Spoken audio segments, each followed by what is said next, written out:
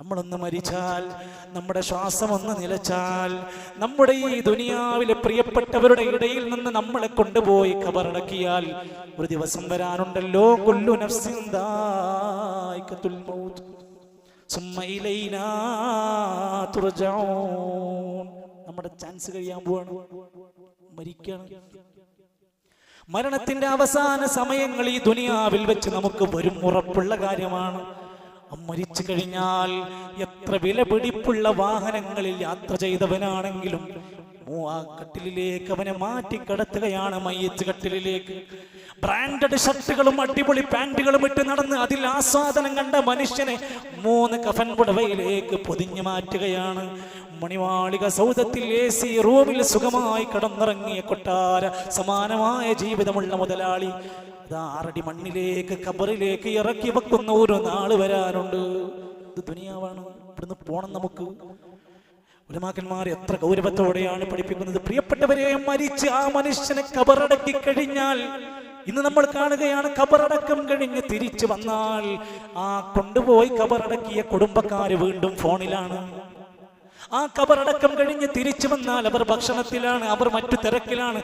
മറവ് ചെയ്ത വ്യക്തിയെ മറക്കുന്നു, സ്വന്തം മരണത്തെ മറക്കുന്നു. അന്ന് വൈകുന്നേരമാകുമ്പോഴത്തേക്ക് ഹൽക്ക തുടങ്ങുകയാണ്, ദിക്ർ തുടങ്ങുകയാണ്.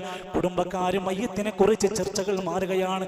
എന്ത് വിളമ്പണം, എന്ത് കൊടുക്കണം, എത്ര വിളമ്പണം, ആരൊക്കെ വിളിക്കണം, 3 ആരൊക്കെ വിളിക്കണം, അന്ന് ആരൊക്കെ വിളിക്കണം, എന്ത് കൊടുക്കണം, എത്ര കിൻഡൽ വെക്കണം എന്ന് ചർച്ചയാവുകയാണ്. സുഹൃത്തുക്കളെ, നമ്മൾ ചിലരെ പറ്റി പറയും, അയാള് ആർക്കും ഒരു ബാധ്യതയില്ലാതെ മരിച്ചവനാണ്. എന്റെ ബാധ്യത ഇല്ലാത്തത്, ഒറ്റ ദിവസം പോലും അദ്ദേഹം കടന്നിട്ടില്ല, ഒരു രോഗമില്ലാതെ മരിച്ചത്. സുഹൃത്തുക്കളെ, അയാൾ ഒരു ബുദ്ധിമുട്ടുമില്ലാതെയാണ് പോയതെന്ന് നമ്മൾ പറയുന്നു. അദ്ദേഹം അനുഭവിക്കുന്ന ബുദ്ധിമുട്ടിനെ കുറിച്ച് നമ്മൾ ആരെങ്കിലും ചിന്തിക്കുന്നുണ്ടോ, ആലോചിക്കുന്നുണ്ടോ? ഒരു അമലിന് വേണ്ടി കൊതിക്കുന്ന ഒരു നാള്, ആ ഖബറിനകത്ത് കിടന്ന് കാലങ്ങൾ കഴിയുന്നത് അയാൾ ദുനിയാവിൽ ചെയ്ത നന്മയുടെ അടിസ്ഥാനത്തിലാണ്. ونفخ في الصور فإذا هم من الأجداث إلى ربهم ينسلون. ആ മണ്ണിന്റെ ഉള്ളിൽ നിന്ന് ഒരു ദിവസം കാഹളത്തിലൂതിയാൽ ഉയർത്തെഴുന്നേൽപ്പിക്കപ്പെട്ട് എല്ലാവരും, നമ്മുടെ പ്രിയപ്പെട്ടവർ, നമ്മളടക്കമുള്ളവർ ഉയർത്തെഴുന്നേറ്റ് വന്ന് നമ്മൾ ചെയ്തതും പറഞ്ഞതും ഇവിടെ ഉണ്ടാക്കിയതും എല്ലാം രേഖാപുസ്തകം കയ്യിൽ തരുന്നൊരു ദിവസമുണ്ട്. ഈ ഓർമ്മ മരിക്കണതിന്റെ മുമ്പ് വേണം.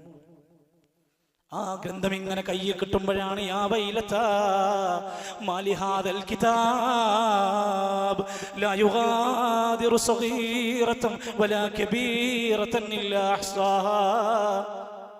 എന്തൊരു വലിയ കിതാബാണിത്! ഞാൻ ചെയ്ത ചെറുതും വലുതുമായതെല്ലാം ഈ കിതാബിലുണ്ടല്ലോ. ഒന്നൊഴിവില്ല, എല്ലാം കാണുന്നുണ്ട്, എല്ലാം അറിയുന്നുണ്ട്, എല്ലാം രേഖപ്പെടുത്തി അവിടെ കൃത്യമായി വെക്കുന്നുണ്ട്. ആ ഗ്രന്ഥം കിട്ടുന്ന അവസാനം വിലപിച്ച് അന്ന് നമ്മൾ കെഞ്ചുകയാണ്,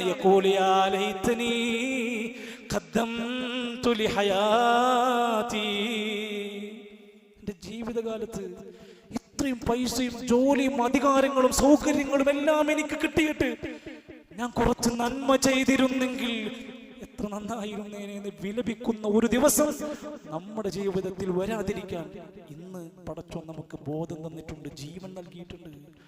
അത് തിരിച്ചെടുക്കുന്നതിന് മുമ്പ് ആലോചിക്കുക.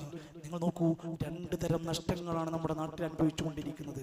ഒന്നുകിൽ ഒരു വ്യക്തി, ആ വ്യക്തി ജീവിച്ചിരിക്കും, പക്ഷെ അയാളുടെ സമ്പത്ത് മുഴുവൻ ഒലിച്ചുപോയി, അല്ലെങ്കിൽ തകർന്നു പോയി, ബന്ധുക്കൾ പോയി, അയാൾ മാത്രം ബാക്കിയാവും. രണ്ടാമത്തെ ഒരു വിപത്തുണ്ട്, അയാളുടെ സമ്പത്തുണ്ട്, മക്കളുണ്ട്, കുടുംബമുണ്ട്, എല്ലാമുണ്ട്, ആസ്വദിക്കാൻ അയാളില്ല, അയാൾ മരിച്ചു.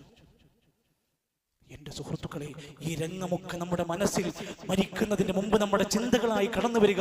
ഓരോരുത്തരും അവനവന് കിട്ടിയ ചാൻസുകൾ അള്ളാഹുവിന് ഇഷ്ടപ്പെട്ട മാർഗത്തിലേക്ക് കൊടുക്കാൻ സന്നദ്ധരാകുക.